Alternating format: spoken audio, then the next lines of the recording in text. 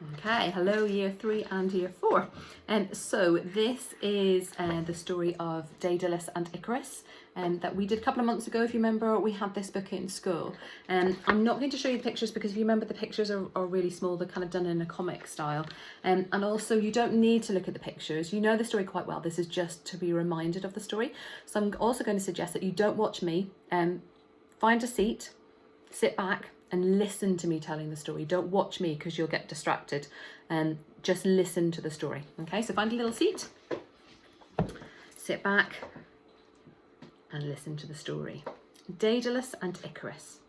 Daedalus was a brilliant craftsman who worked for the king of Athens.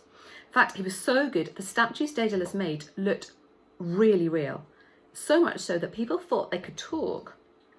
Now, Daedalus had a nephew, Talos, who was his apprentice. Remember, he was learning how to do the job. He was learning from Daedalus. Talos was a very clever boy. In fact, he invented the saw, the compass, and the potter's wheel. But this made Daedalus very jealous. He was jealous of his talent.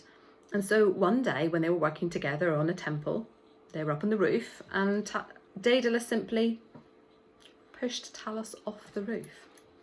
Now, the goddess Athene, we know Athene. Think about how we know Athene. Goddess of war and wisdom, which the polis, Athens, was named after. Well done. The goddess Athene saw Talos fall and so turned him into a partridge, which meant he was able to fly away. But Talos's body lay crushed on the ground, and Daedalus suddenly feared punishment. So, with his son Icarus, he fled to Crete, where King Minos welcomed him. He welcomed him because he was such a good craftsman, and so Daedalus made many beautiful statues and temples and furniture and vessels for King Minos. He also made the labyrinth, a confusing maze of passages where the man-eating Minotaur lived. Do you remember the other story we know about that one? Theseus and the Minotaur? Anyway, sorry, Daedalus made the labyrinth.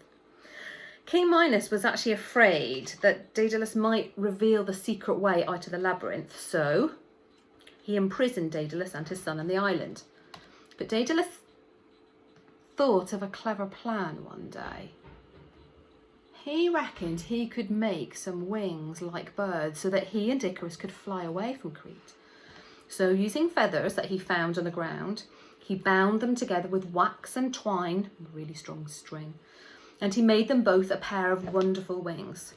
As he fixed them on to his son's back, Daedalus warned him, "Don't fly too close to the sea, or your wings will get wet. But don't fly too close to the sun either, or the wax will melt."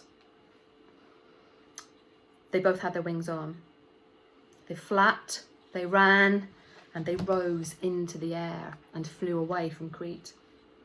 People below, looking up, were amazed.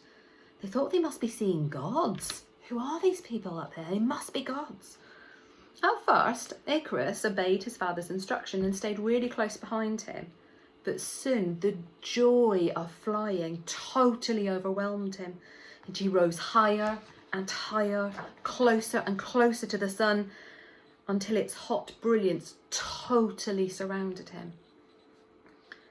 Suddenly, Icarus felt the wax dripping, and he looked and realised it was melting. He saw feathers floating around him. His arms wouldn't hold him up in the air, and he plunged towards the sea. Meanwhile, Daedalus had lost sight of his son. You notice a few feathers flying around in the air, and then floating on the waves, he went down to the sea and hovered over the sea until he found Icarus's body. Weeping, he carried his son to the nearest island, where he very gently laid him on the ground. As Daedalus smoothed the earth over him, a partridge landed beside him. Daedalus realised the gods had punished him. This partridge was the spirit of his nephew Talos.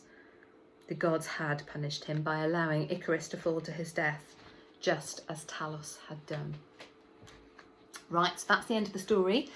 So your activities today, you've got a couple of activities. You've got a Quizlet to go and help you remember the story. You've got some questions to answer, and then you are doing a story map in your home learning book. Okay? All right, see you soon. Bye.